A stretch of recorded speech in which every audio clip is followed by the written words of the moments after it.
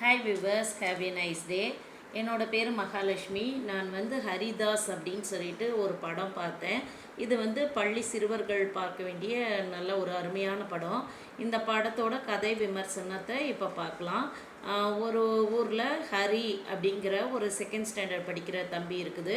அந்த தம்பி ரொம்ப நல்ல குழந்தை. அவர் எழுதுறது படிக்கிறதுலலாம் சிரமப்படுது. ஆட்டிசம்மால் இருக்குது. ஆனால் அவருக்குள்ளே ஏதோ ஒரு திறமை இருக்குது. அதை வெளியே கொண்டு வரணும் அப்படின்னு சொல்லி விழிப்புணர்வு ஏற்படுத்துறதுக்காக இந்த கதை இருக்குது. இதனோட ஓப்பனிங்கில் என்ன ஆகுதுனாக்கா, அவர் ஒரு 20 வயசு பையன் மாதிரி இருந்து ஒரு பெரிய வீட்டில் நல்ல அழகாக கப்பெல்லாம் வாங்கி மெடலெல்லாம் வாங்கி வச்சுருக்கிறது. 2006 ப்ரைஸ் வாங்கினது அப்படின்னு சொல்லிட்டு எல்லாமே அழகாக டிஸ்பிளே பண்ணி காமிச்சிருக்கிறாங்க. அடுத்ததாக இது அந்த தம்பி அவங்க பாட்டி வீட்டில் வளர்ந்துட்டுருக்குறாங்க. அவங்க அப்பா ஒரு பெரிய போலீஸு. இதில் கிஷோர் நடிச்சிருக்கிறாரு. இது டீச்சராக ஸ்னேகா நடிச்சிருக்கிறாங்க.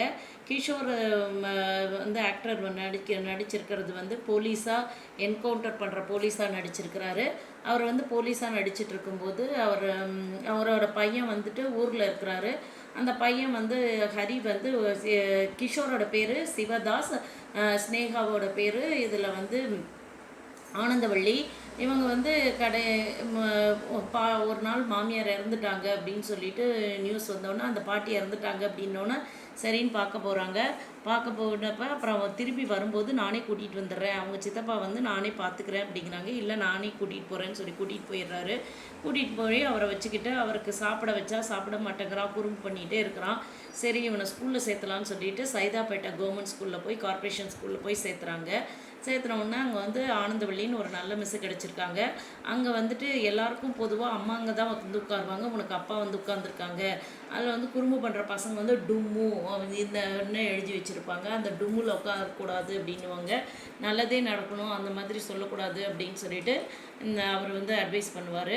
அதுக்கப்புறம் டீச்சராக சூரி டிரைவராக சூரி நடிச்சிருக்கிறாரு. டீச்சர் ரெண்டு ஸ்னேகாவோட ஃப்ரெண்டு ஒருத்தர் கனகலட்சுமின்னு இருக்கிறாங்க, சுப்புலட்சுமின்னு இருக்கிறாங்க. இந்த மாதிரி கதை போயிட்டு இருக்குது. அதுக்கப்புறம் அவனுடைய தனித்திறமையை தெரிஞ்சுக்கணும். ஒரு நாள் எக்ஸிபிஷன் கூட்டிகிட்டு போகிறேன் அப்படின்னு சொல்லி ஒரு சின்சியரான போலீஸ் ஆஃபீஸராக கிஷோர் இருக்கிறாரு. இவர் ஒரு எக்ஸிபிஷன் கூட்டிகிட்டு போகலான்னு சொல்லிட்டு மியூசியமுக்கு, பிர்லா மியூசியத்துக்கு ஆனந்தவள்ளி டீச்சரு ஸ்டூடெண்ட்ஸ் எல்லாம் கூட்டிகிட்டு போகிறாங்க. அப்பா ஹரியும் கூட்டிகிட்டு போகிறாங்க. அப்போ ஹரிக்கு பின்னாடி குதிரை ஓடுறத பார்த்துட்டு அவருக்கு எக்ஸைட்மெண்ட்டாக குதின்னு குதிப்பார், ஜம்ப் பண்ணுவார். அப்புறமா அவர் அந்த இடத்த பார்க்குறதுக்காக வேகமாக இறங்கி ஓடி போயிடுவார். அப்புறம் குழந்தைய காணமேன்னு சொல்லிட்டு தேடிட்டு இருப்பாங்க. அதுக்கப்புறம் பார்த்தா ஒரு ரயில்வே ஸ்டேஷனில் அடியில் ஒளிஞ்சிட்டு இருப்பாங்க.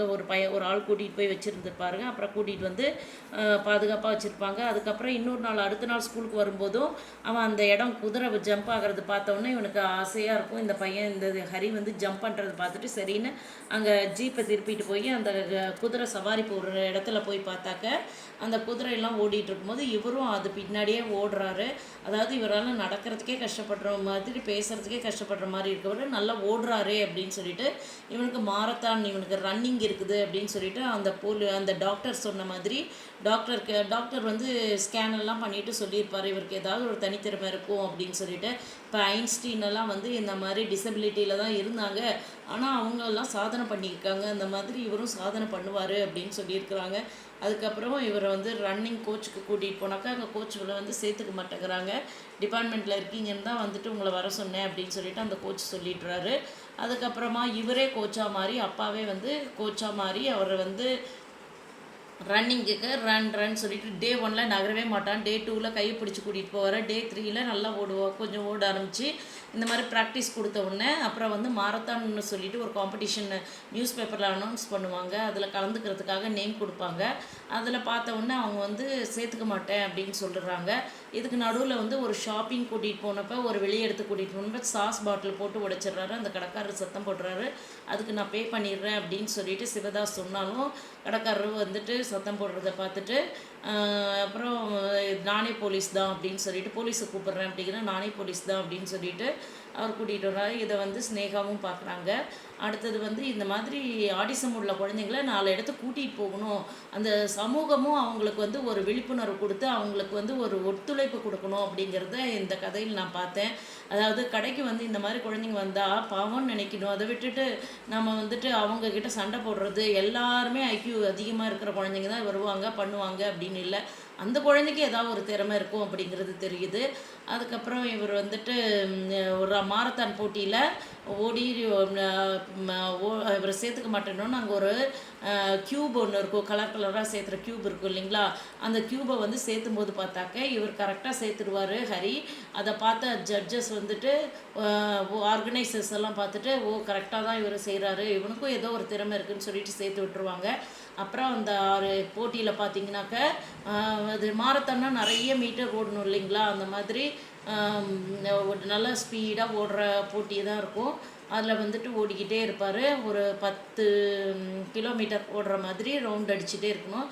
அதில் வந்து 9 கிலோமீட்டர் ஓட்டமாடி அப்புறம் லாஸ்ட்டாக டயர்டாகி அந்த தம்பி ஃபஸ்ட்டு வந்து ப்ரைஸ் வாங்கிடும். அதுக்கப்புறம் எல்லா போட்டியிலையும் கலந்து நிறைய ப்ரைஸ் வாங்குற மாதிரி இருக்கா. அந்த தம்பி வந்து அப்பா எங்கன்னு கண்ணிலே தேடுது. அப்புறம் அப்பா அப்படின்னு மெதுவாக சொல்லுது. அதை பார்த்த உடனே ஆனந்தவள்ளி டீச்சருக்கு வந்து நல்லா கைட் பண்ணி அவரை வந்துட்டு போட்டியில் எல்லா போட்டியிலும் கேட்குறா. அதுக்குள்ளே இங்கே போலீஸ்க்கும் இந்த எதிரிங்களுக்கும் சண்டை வந்து அதில் வந்துட்டு அவங்க அப்பா இறந்துடுறாரு. அப்புறம் இவங்க தான் வந்து ஆனந்தவள்ளி டீச்சர் தான் அந்த ஹரியை வந்து நல்லா வளர்த்து பெரிய ஆளாக்குறாரு. அப்புறம் அவர் வந்து அந்த அவரோட வீட்டில் ஆனந்தவள்ளி டீச்சரையும் ஒரு ஃபோட்டோ வச்சு அவங்க அப்பாவையும் ஒரு ஃபோட்டோ வச்சு இவன் வாங்கின மெடல்ஸ் எல்லாம் வச்சுருக்கிறாரு. அதனால் நான் ஒவ்வொருத்தருக்கும் பின்னாடியும் ஒருத்தர் ஹீரோ, என்னோடய அப்பா தான், my dad is my hero அப்படின்னு சொல்லிட்டு அவர் எழுதி வச்சுருப்பார். அதனால் இந்த ஆட்டிசம் உள்ள குழந்தைங்கள எல்லாரும் வந்துட்டு பாதுகாப்பாக பார்த்துக்கணும், இந்த சமூகத்துக்கும் பொறுப்பு இருக்குது, அப்படியே வந்து இது பண்ணிடக்கூடாது அப்படிங்கிறதுக்கு ஒரு விழிப்புணர்வு இருக்கிற ஒரு நல்ல அருமையான கதையாக இருக்குது. இந்த சர்வேயில் கூட என்ன சொல்லியிருக்காங்கனாக்க 88 குழந்தைங்களுக்கு ஒரு குழந்தை இந்த மாதிரி ஆட்டிசம் இருக்கிறாங்க அப்படின்னு சொல்லியிருக்கிறாங்க இந்தியாவில். அதனால் நம்ம வந்துட்டு அவங்களுடைய தனித்திறமையை கண்டுபிடிச்சி வளர்க்கணும் அப்படிங்கிறது தான் இந்த கதையோட நோக்கம். இந்த கதை ரொம்ப நல்லா இருக்குது, நீங்களும் பாருங்கள். Thanks to all.